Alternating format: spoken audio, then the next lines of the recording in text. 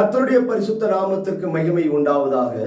இந்த நாள் தியானத்திற்கென்று ஏசாயா தீர்க்கதரிசியின் புஸ்தகம் 26ஆம் அதிகாரம் 4 நாம் வாசிப்போம். கர்த்தரை என்றென்றைக்கும் நம்புங்கள், கர்த்தராகிய யெகோவா நித்திய கன்மலையாய் இருக்கிறார். நாம் வேதத்திலே பார்க்கிறோம், கர்த்தரை என்றென்றைக்கும் நம்புங்கள். ஏன் கர்த்தரை நாம் நம்ப வேண்டும்? வானத்தையும் பூமியையும் அண்ட சராசரங்களையும் சிருஷ்டித்தவர் கர்த்தராகிய இயேசு கிறிஸ்து, இந்த யெகோவா தேவன். இந்த ஜீவனுள்ள தேவன் மேல் நான் நம்பிக்கை உள்ளவர்களாய் இருப்போமானால் நிச்சயமாகவே நம்மை அவர் கைவிட மாட்டார். கர்த்தரை நாம் ஏன் என்றென்றைக்கும் நம்பிக்கை உள்ளவர்களாய் இருக்க வேண்டும்? என் தாயின் கர்ப்பத்தில் உருவாவதற்கு முன்பாகவே அவர் உள்ளங்கைகளிலே என்னை வரைந்து கொண்டவர், என்னை பெயர் சொல்லி அழைத்தவர். பாவத்திலும் அக்கிரமத்திலும் துன்மார்க்கத்திலும் தேவனுக்கு பிரியமில்லாத பாவ வழிகளிலே நடந்து என் தேவனாகிய கர்த்தர் என்னை ரட்சித்தார்.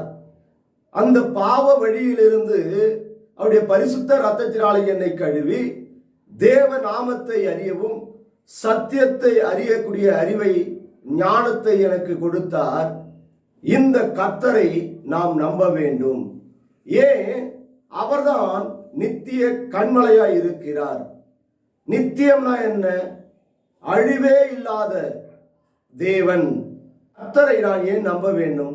இன்னும் சில காரியங்களை குறித்து நாம் பார்ப்போம். நான் வியாதியில இருந்தேன், கர்த்தரை நோக்கி அவர் மேல் நம்பிக்கையாய் இருந்தேன். எனக்கு நல்ல சுகபல ஆரோக்கியத்தை கர்த்தர் கொடுத்தார். தீராத கடன் பாரத்தில் விழுந்து கிடந்த எத்தனையோ மனுஷர்களை நம்பினேன், அவர்களெல்லாம் எனக்கு உதவி செய்யவில்லை. ஏற்ற சமயத்தில் என் கடன் பாரங்களை என் தகப்பன் எனக்கு தீர்த்தார். அநேக நாட்கள் வேலை இல்லாம, ஆகாரம் இல்லாம, தங்க இடம் இல்லாம, மனவேதனையோடு துக்கத்தோடு ஒவ்வொரு நாட்களும் என் படுக்கையை கண்ணீராய் நினைத்தேன். அவர் என்னை நினைவு கூர்ந்தார். என் சகல தேவைகளை எனக்கு கொடுத்து என் எல்லா உபத்திரத்திலிருந்து என்னை நீங்களாக்கி இந்த கர்த்தராகிய யெகோவா தேவன் என்னை கைவிடாதபடிக்கு இம்மட்டுமாய் வழி நடத்தி வருகிறார். எத்தனையோ மனிதர்கள் எனக்கு உதவி செய்வார்கள் என்று சொல்லி அவர்கள் மேல் நம்பிக்கையோடு நான் கடந்து போனேன். ஒருவரும் எனக்கு உதவி செய்யவில்லை. என்னை நடுத்தெருவில் விட்டு அவர் கடந்து போய் விட்டாங்க. இந்த கர்த்தராகிய யெகோவா மீது என் நம்பிக்கை வைத்து அவரை நோக்கி என் ஆபத்திலே நான் அவரை நோக்கி பார்த்தபோது எனக்கு அவர் கர்த்தர் உதவி செய்தார்.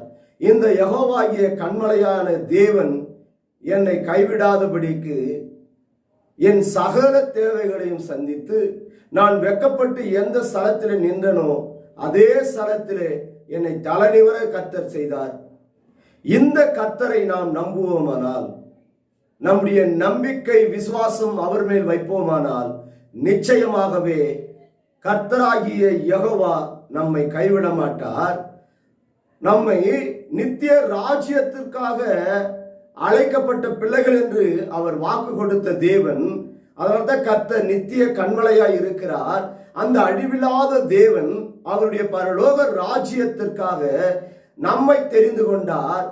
அவர் மேல நாம் நம்பிக்கை உள்ளவர்களாய் நாம் இருப்போமானால் நிச்சயமாகவே நியாய தீர்ப்பு என்று ஒன்று வரும். அந்த நியாய தீர்ப்பிலே நம்மை கர்த்தராகிய இயேசு கிறிஸ்துவானவர் அவருடைய இரத்தத்தினாலே நம்மளை மீட்டுக்கொண்டு நித்திய காலமாய் யுகா காலமாய் அந்த நித்திய கன்மலையாகிய யெகோவா தேவன் நம்மை கைவிடாதபடிக்கு நித்திய பரலோக ராஜ்யத்திலே கொண்டு போய் சேர்ப்பார் என்ற நம்பிக்கை விசுவாசத்தோடு நாம் இருப்போம். நாம் தலைகளை தாழ்த்தி கர்த்தரை என்றென்றைக்கும் நாம் நம்புவோம். கர்த்தராகிய யெகோவா இந்த நித்திய கன்மலை நம்மை கைவிட மாட்டார்.